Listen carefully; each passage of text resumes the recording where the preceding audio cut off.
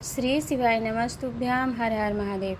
आज दूसरे दिन का पूजन रूप चतुर्दशी, जिसे कि रूप चौदस, नरक चतुर्दशी या छोटी दीपावली के नाम से जाना जाता है। छोटी दिवाली भी कहते हैं इसे।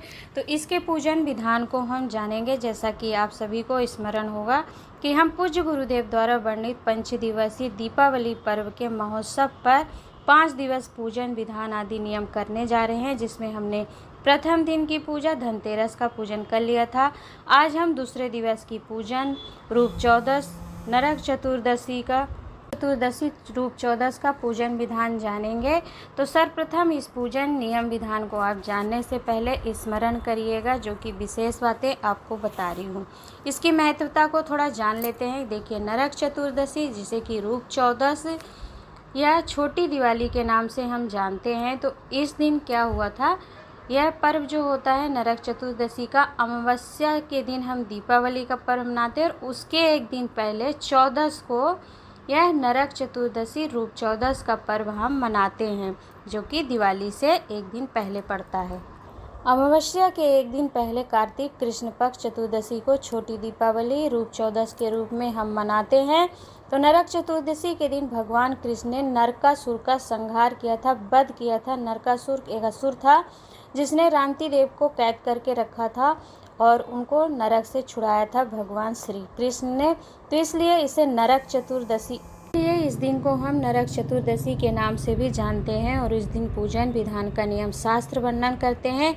ऐसा शास्त्र में प्रमाण मिलता है, वर्णन मिलता है कि नरकासुर ने भगवान कृष्ण की 1100 पटरानियाँ जो उनकी बनी थी वह कैद करके रखा था। तो भगवान कृष्ण ने उनको छुड़ा करके उन्हें अपने पटरानियों के स्वरूप में स्वीकार किया था, नरकासुर से उनको छुड़ा करके। तो यह महत्व है नरक चतुर्दशी का।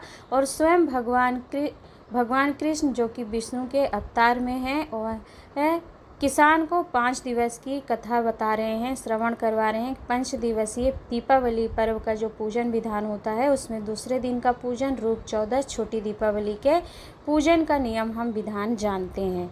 तो देखिए, सबसे पहले आपको स्क्रीन पर वीडियो दिख रहा है, उसके माध्यम से भी आप देखकर कुछ समझिएगा। और आपको लिखा हुआ भी नियम विधान बताया गया है कि रूप चौदस छोटी दीपावली का पूजन कैसे करेंगे। तो देखिए, यदि आपने चौकी हटा दी है और भगवान का जो स्वरूप था, प्रतिमा आदि, आपने जो प्लेट पे स्वास्तिक का निर्माण किया था, उस स्वास्तिक वाले प्लेट को भगवान लक्ष्मी, गणेश भगवान का जो प्रतिमा रखा था, यदि आपने चौकी दूसरे दिन रूप चौदस के दिन सुबह उठा दी है, तो पुनः इस चौकी को आप सुंदर क्या करेंगे कि एक चौक पूरेंगे। आप पुनः आप जहाँ पर पूजन करने जा रहे हैं दूसरे दिवस की, उस स्थान पर उस जमीन को थोड़ा सा सिंचन करके, हल्दी से, गोबर से या मिट्टी है उससे ही लेपन करके पुनः आप फिर एक चौक पूरेंगे। चौक पूर करके पुनः आप उस पर एक पटा रखेंगे, और पटा रख करके फिर आप सुंदर लाल कपड़ा बिछा करके द्वितीय दिवस के पूजन विधान का नियम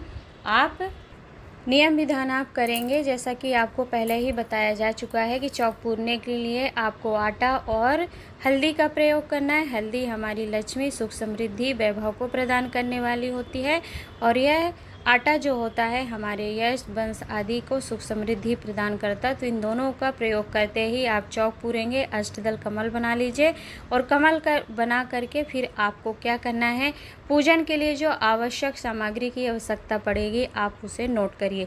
स्क्रीन पर आपको 2 दीपक दिख रहे हैं। तो इसी प्रकार एक घी का और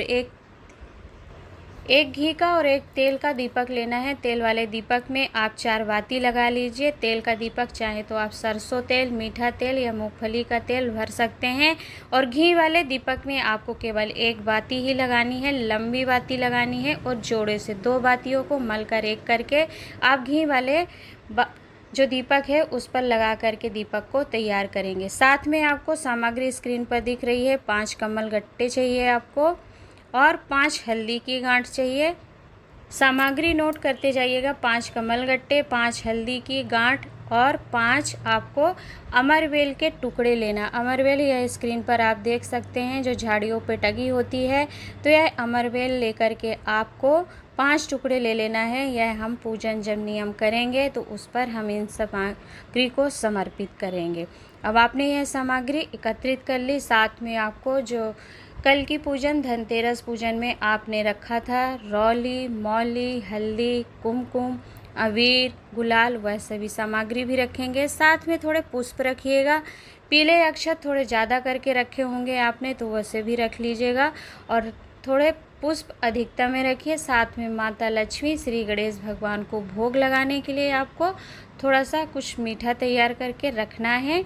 और मीठा यदि नहीं है तो आपके पास फल हो मौसमी, उसे, या फिर मिश्री हो उसे, बतासे हो, जो भी आपके पास भोग लगाने के लिए भगवान को समर्पित करने के लिए हो, उसे ले करके सर्वप्रथम आप पूजन का प्रारंभ करेंगे। तो पूजन का प्रारंभ आप करेंगे तो सर्वप्रथम दोनों दीपक जो हैं उनका पूजन करके उन्हें प्रज्वलित करके आप लक्ष्मी माता की और रखेंगे। देखिए, तेल वाला दीपक जो आपने चौमुखी तैयार किया है उसे माता लक्ष्मी के उल्टे हाथ की तरफ रखेंगे, आपका सीधा हाथ कहलाएगा। और घी वाला जो आपने लंबी बाती लगा करके 2 बातियों को मलकर एक दीपक तैयार किया है उसे माता लक्ष्मी के सीधे हाथ की तरफ रखेंगे, आपका उल्टा हाथ की ओर दीपक रखने से वह माता लक्ष्मी का सीधा हाथ हो जाएगा। इस प्रकार आप दीपक प्रज्वलित कर लेंगे। यदि आपने चौकी हटाई है तो चौकी पुनः विराजमान करके पूजन प्रारंभ करेंगे, और नहीं हटाई है तो सर्वप्रथम जो आपने गणेश भगवान, माता लक्ष्मी की प्रतिमा रखी है, 2 सिक्कों को मौली बांध करके रखा है, उनके ऊपर पुष्प से थोड़ा जल का सिंचन कर दीजिए, छींटा मार दीजिए, शुद्धिकरण हो जाएगा, पवित्र हो जाएगा। और पवित्र करके फिर यह दोनों दीपक प्रज्वलित करेंगे। और ध्यान देंगे, आप जो तेल का दीपक प्रज्वलित कर रहे हैं उसमें थोड़ी सी आपको पीली सरसों या काली सरसों जो भी हो उसे डालकर रखेंगे।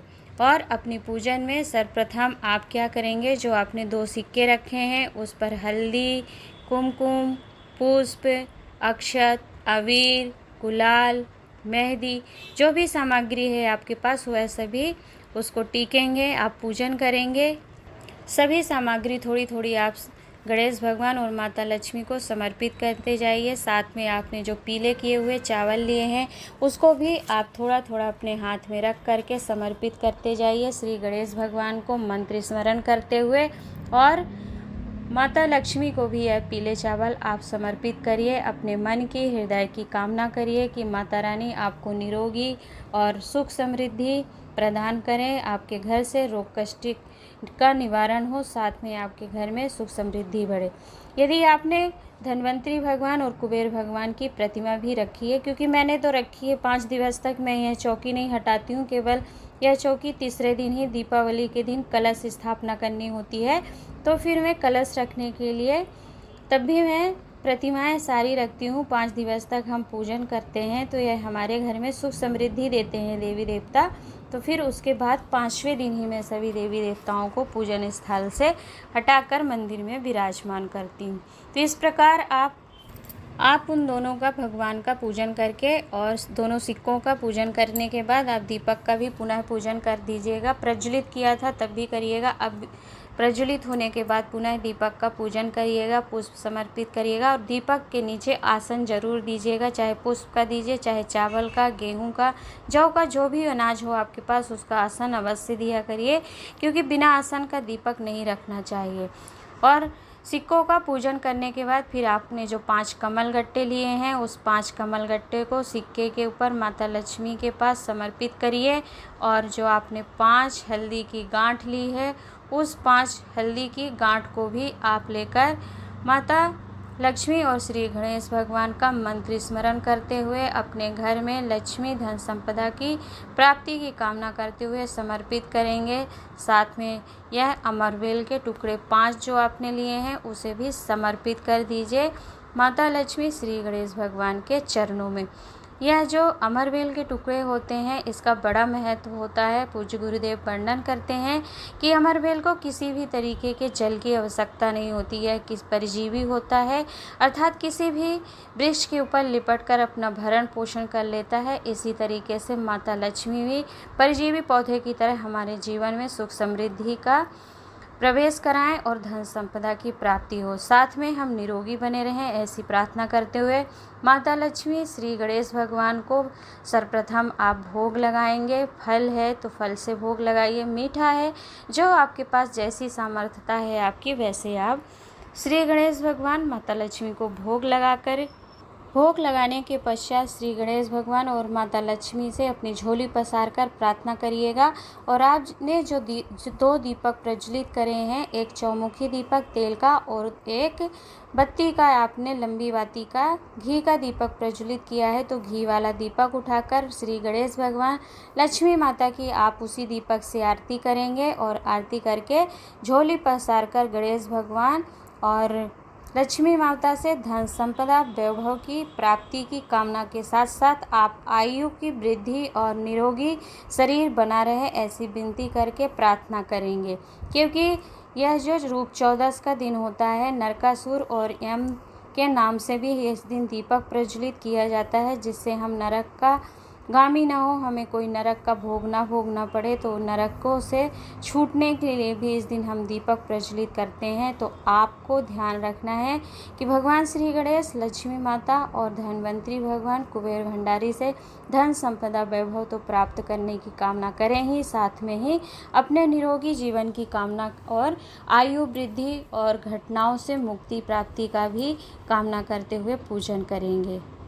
अब आपने पूजन कर लिया, आरती कर ली, भोग लगा लिया। अब जो आपने दीपक रखा था पूजन में, एक से आपने घी वाले दीपक से आरती कर ली। आरती करने के बाद उस पर 3 बार आचमनी जल घुमा करके माता लक्ष्मी के सीधे हाथ की तरफ इस 2 बातियों को मिलाकर जो लंबी बाती का दीप आपने प्रज्वलित करा है, उसे सीधे हाथ की तरफ लक्ष्मी माता का सीधा हाथ देखना है आपको, अपना सीधा हाथ नहीं देखेंगे आप, वहाँ पर रख देंगे।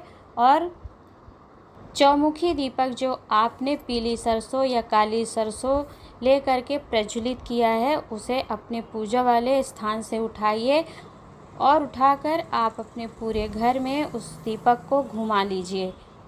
दीपक को घर के अंदर सभी स्थान पर, चाहे कोई कितने ही कमरे क्यों ना हो, आप सारे स्थानों पर घुमा करके उस दीपक को ले जा करके अपने घर का जो मेन गेट होता है, द्वार जहां से निकलकर आप जाते हैं ऑफिस के लिए, तो द्वार के बीचों बीच इस दीपक को आप आसन करके रखेंगे। आसन अनाज का दे सकते हैं या फिर पुष्प आदि का भी आसन रख करके इस चौमुखी दीपक को जो आपने तेल का प्रज्वलित किया है उसे रख देंगे। और रखते समय अपनी लंबी आयु की, पूरे परिवार की सुरक्षा और उनकी सुख समृद्धि की कामना करते हुए भगवान से विनती करेंगे, प्रार्थना करेंगे। यमराज देवता, उनका स्मरण कर लेंगे कि हे यम देवता, आप हमारे घर में कभी रोग कष्ट बीमारी आए तो उसको बाहर से ही ले जाइएगा। हम आपके निमित्त यह दीपक प्रज्वलित कर रहे हैं।